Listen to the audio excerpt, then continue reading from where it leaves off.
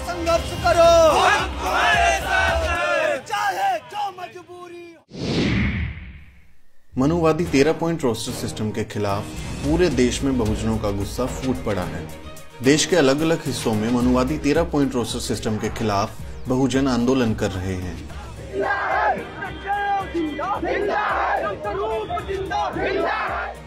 बहुजनों ने भी ऐलान कर दिया है कि जब तक मनुवादी 13 पॉइंट रोस्टर सिस्टम की जगह 200 पॉइंट रोस्टर सिस्टम लागू नहीं होता, तब तक वो पीछे नहीं हटेंगे। नहीं चलेगा, नहीं चलेगा, मनुवाद नहीं चलेगा, नहीं चलेगा, नहीं चलेगा, मनुवाद नहीं चलेगा, नहीं चलेगा, नहीं चलेगा। इस बार आर पार की लड़ाई है।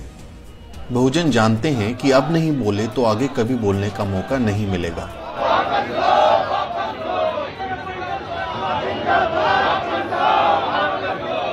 मनुवादियों ने SC, ST और OBC समाज के युवाओं को यूनिवर्सिटी से बाहर करने का बड़ा षड्यंत्र रचा है।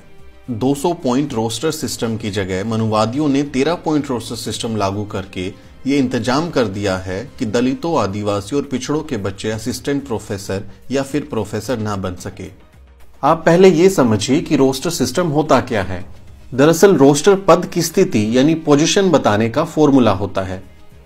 रोस्टर से ही ये तय होता है कि जितने पदों पर भर्तियां निकली हैं उनमें से कितने पद आरक्षित होंगे और कितने अनारक्षित। जैसे किसी यूनिवर्सिटी या विभाग में 7 पदों पर भर्ती निकली हो तो रोस्टर से ही ये तय होगा कि कितने पद अनरिजर्व्ड यानी जनरल होंगे और कितने पदों पर OBC और SC, ST वर्ग की भर्ती होगी। 2007 में जब उच्च शिक्षा में OBC आरक्षण लागू हुआ तो 200 पॉइंट रोस्टर सिस्टम बनाया गया। पोस्ट बेस्ड रोस्टर में संस्थान को एक इकाई मानने से संख्या अधिक होने पर 200 पॉइंट रोस्टर सिस्टम बनाया गया।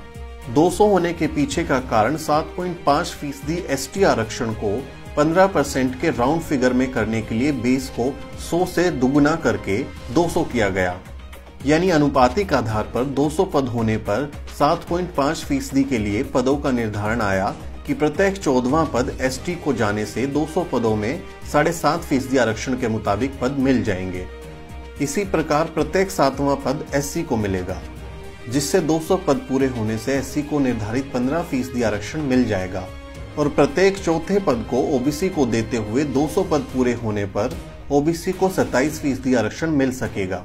यहाँ तक तो ठीक था, लेकिन BHU के एक शोध छात्र की पहल पर इलाहाबाद हाई कोर्ट की एकल बेंच ने यह फैसला सुनाया कि यूनिवर्सिटी या कॉलेज में विभागवार रोस्टर लागू होगा, जिसे 13 पॉइंट रोस्टर सिस्टम भी कहा गया। इसके बाद 5 मार्च 2018 को UGC ने एक पत्र जारी कर कह दिया कि अब 200 पॉइंट रोस्टर की जगह 13 पॉइंट रोस्टर सिस्टम लागू होगा। अब जरा ये समझिए कि ये 13 पॉइंट रोस्टर सिस्टम क्या है।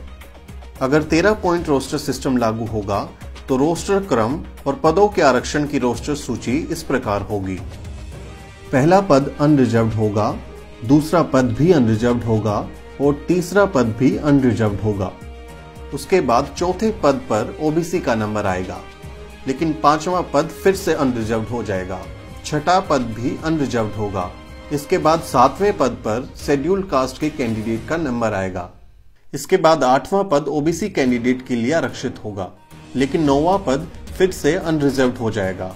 इसके बाद 10वां पद और 11वां पद भी अनरिजर्व्ड होगा। इसके बाद 12वें पद पर OBC कैंडिडेट का नंबर आएगा, लेकिन 13वां पद फिर से अनरिजर्व्ड हो जाएगा। 14वें पद पर शेड्यूल कास्ट के कैंडिडेट का नंबर आएगा, यानी शेड्यूल कास्ट के कैंडिडेट को तभी नौकरी मिलेगी जब एक साथ 14 वैकेंसी किसी पोस्ट पर निकलेंगी। अब जरा डिपार्टमेंट वाइज रोस्टर सिस्टम का खेल समझिए। यदि किसी नए कॉलेज या डिपार्टमेंट में सिर्फ 3 पद ही होंगे तो तीनों पद इस रोस्टर सिस्टम के हिसाब से अनरिजर्व्ड होंगे। ये खेल सबसे खतरनाक है, क्योंकि इसमें डिपार्टमेंट वाइज रोस्टर बनाने से हमेशा के लिए आसानी हो जाएगी कि हर विभाग में 3 या 3 से कम पदों को ही विज्ञापित किया जाए। इस हिसाब से आरक्षित पदों का नंबर तो कभी आएगा ही नहीं। डिपार्टमेंट वाइज रोस्टर का दूसरा खेल समझिए। यदि किसी विभाग में कुल 15 पद स्वीकृत होंगे तब जाकर वितरण कुछ इस प्रकार होगा। 1 पद एसटी को मिलेगा, 2 पद एससी को मिलेंगे, 3 पद ओबीसी को मिलेंगे और 9 पद अनरिजर्व कैटेगरी के हिस्से में चले जाएंगे। इस हिसाब से 15 में से सिर्फ 6 पद आरक्षित होंगे, यानी आरक्षण सिर्फ 40% लागू होगा। यानी संवैधानिक आरक्षण तो कभी लागू हो ही नहीं पाएगा। अब इस विभागवार रोस्टर का तीसरा और सबसे खतरनाक खेल देखिए। माना कि पुराने हिंदी विभाग में कुल 11 पद स्वीकृत हैं, जिनमें से 8 पदों पर आरक्षण लागू होने से पहले ही नियुक्तियां हो चुकी हैं। तो ये सभी सवर्ण यहाँ पढ़ा रहे हैं। अब आरक्षण लागू किया गया तो इन 8 में से चौथा और 8वां पद ओबीसी को और 7वां पद शेड्यूल्ड कास्ट को जाएगा, जिस पर पहले से ही कोई सवर्ण पढ़ा रहा है। नियम के हिसाब से ये तीनों पद शॉर्टफॉल में जाएंगे और अगली नौकरियों के विज्ञापन में 9वां, 10वां और 11वां तीनों पद शॉर्टफॉल को पूरा करेंगे। लेकिन देश के हर विश्वविद्यालय में मनुवादियों ने शॉर्टफॉल को लागू ही नहीं किया और ये नियम बना दिया गया कि चौथे, 7वें और 8वें पद पर जो सवर्ण काम कर रहे हैं, जब वो रिटायर हो जाएंगे तब जाकर इन पर आरक्षित वर्ग की कोटे की नियुक्ति होगी। यानी शॉर्टफॉल लागू न करके सीधे सीधे हजारों आरक्षित पदों पर सवर्णों को बिठा दिया गया। अंतिम साजिश ये है कि किसी यूनिवर्सिटी या कॉलेज में अगर 1997 के बाद से SC/ST और 2007 के बाद से ओबीसी की कोई नियुक्ति नहीं हुई है और पहली बार अगर 2019 में विज्ञापन आया है, तो इस बीच के पदों में जो बैकलॉग होगा उसे पहले भरा जाएगा।